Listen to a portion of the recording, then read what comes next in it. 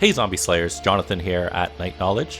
Whether you've had your head in the sands or been playing something else, there are two huge updates coming our way in State of Decay 2. And if you give me less than 10 minutes of your time, I'm going to save you 1 to 2 hours worth of rewatching the streams and let you know what you can expect. And at the end of this video, I'll let you know how you can get early access to this as well. Let's get started.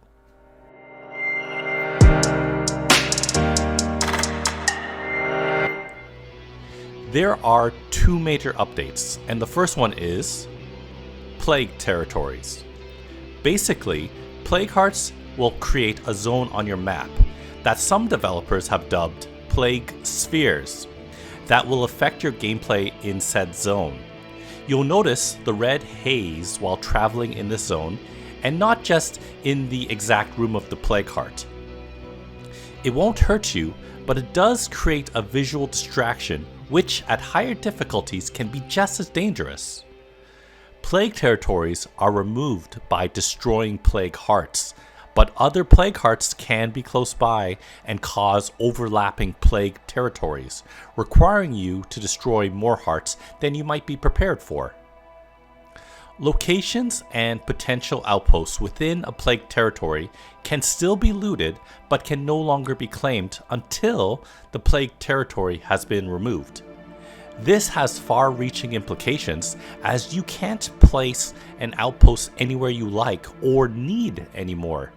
If you're overburdened with weight, you're stuck with the decision to either go back to an outpost or your base, or destroy the local plague heart to claim an outpost that's closer.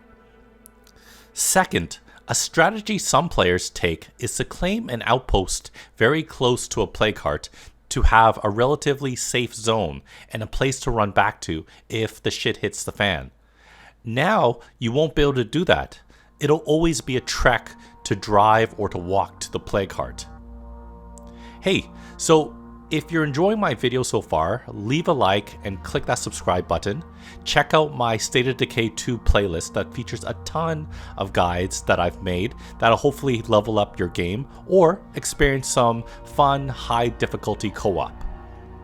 At this point, you might be thinking either, yay, this adds a level of difficulty that is sorely needed, or damn, the game just got way harder.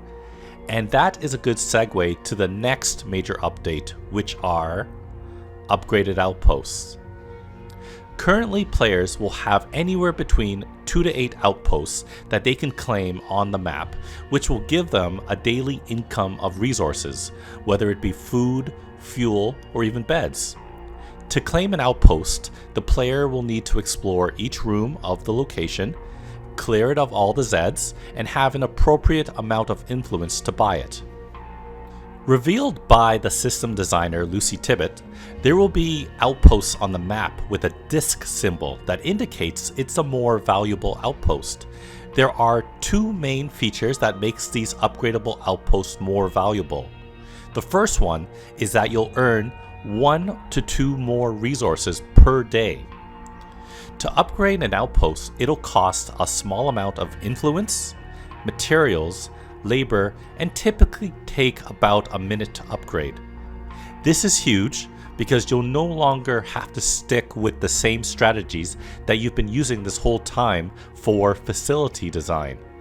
You don't need to rely on a hydroponics facility to feed your survivors, and instead, you can have a fully upgraded food outpost and use that hydroponic slot for maybe a defense tower instead, lowering your threat level. The second feature to an upgradable outpost is the ability to train your survivors of a particular community skill depending on the outpost. For example, a food outpost, when upgraded, will allow you to train survivors with gardening, while the coffee outpost will train in cooking. Training requires the specific survivor to be at the outpost and will cost a certain amount of influence, which we saw in the video to be about 275 influence, but is most certainly subject to change. Two more important features were answered in terms of upgradable outposts. The first one being bed outposts, which in the current state only provides 2 beds per outpost. Unfortunately, there are no plans on being able to upgrade bed outposts to provide more beds. The second is more intriguing, that each map will feature a landmark outpost, a unique outpost that you can claim that will provide special benefits. In the stream, they showed Meager Valley and the Windmill landmark outpost. Normally costing fuel to provide base-wide power, this outpost has been changed and gives the player options to fuel it called special projects. You now can choose to power the windmill either through a daily cost in labor, influence, or parts. For both new and veteran players, this will change the way that you play and give you new decisions to make. While there currently is no set date for these updates, you can access the open beta to get exclusive access to it. The hitch: this open beta is only available for PC Steam players and not for Xbox or PC Windows Store players like yours truly.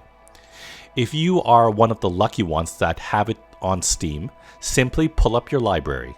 Note, I purchased State of Decay 2 through the Windows Store and I'm using my Curious Expedition 2 game as an example, so don't worry if it looks a little bit different.